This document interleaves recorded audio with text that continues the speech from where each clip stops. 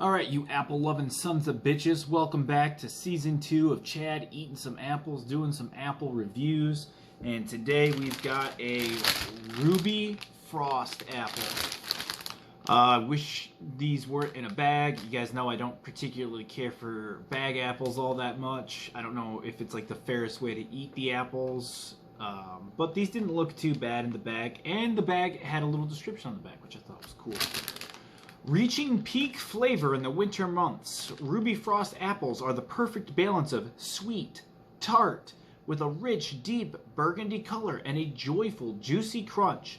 This unique twist on the classic Northeast flavor profile makes the Ruby Frost the ideal apple for eating and baking. Ruby Frost is the winter fresh apple you will reach for every day. For recipes and information, visit rubyfrostapple.com. Free plug for them. So, hey, you know I like tart, you know I like sweet, and you know I like crispities. So, also, just, this table is really fucking unstable right now. I'm sorry, I apologize for that. Let's get some apples out, kind of do a little color inspection. For the most part, a lot of it, it's mostly red, right? It's really nice deep kind of burgundy color on one of these apples. A lot of the other ones are kind of already turning light. There's a little bit of transition on each one of them. This one's a little bit brighter red. Like I said, this one kind of gets dark and burgundy-ish. So I guess I'll probably start there. White freckles on the dark red parts. So this one's all burgundy. Let's go with this one.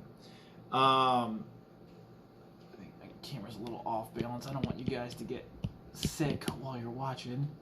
So this one's got white freckles piercing through. Feels nice and solid. Let's give it a bite. It is really crispy.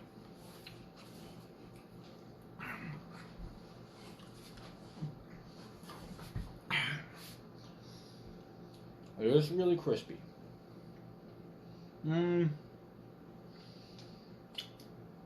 Good juice.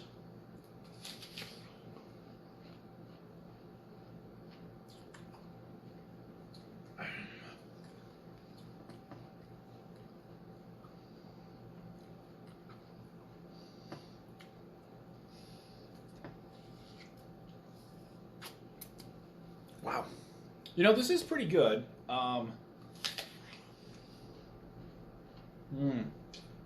It's very crushable. It's like sometimes when you get like beers,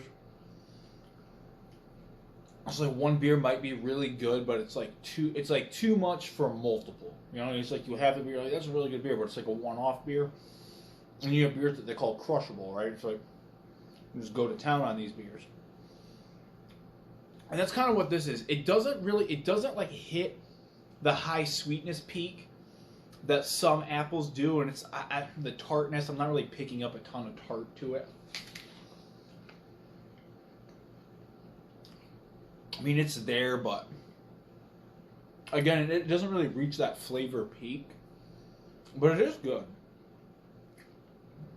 and I'd be more inclined to eat this apple like on the regular than even some apples that like maybe I'm gonna score higher than this apple.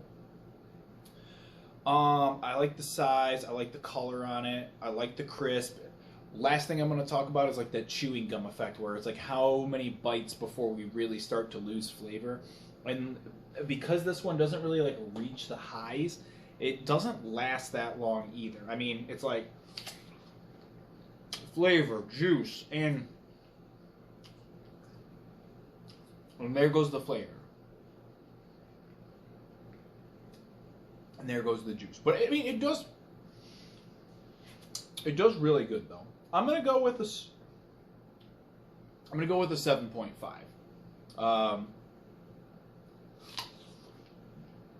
7.5. Good apple. Well-rounded flavor.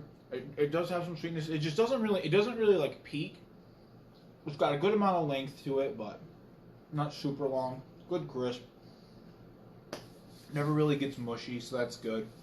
Good color. I like the look of the apple. But just doesn't peak in anything. You know what I mean? So that's the review. Oh, Jesus, my knee hurts. And we're going to move on to some more apples.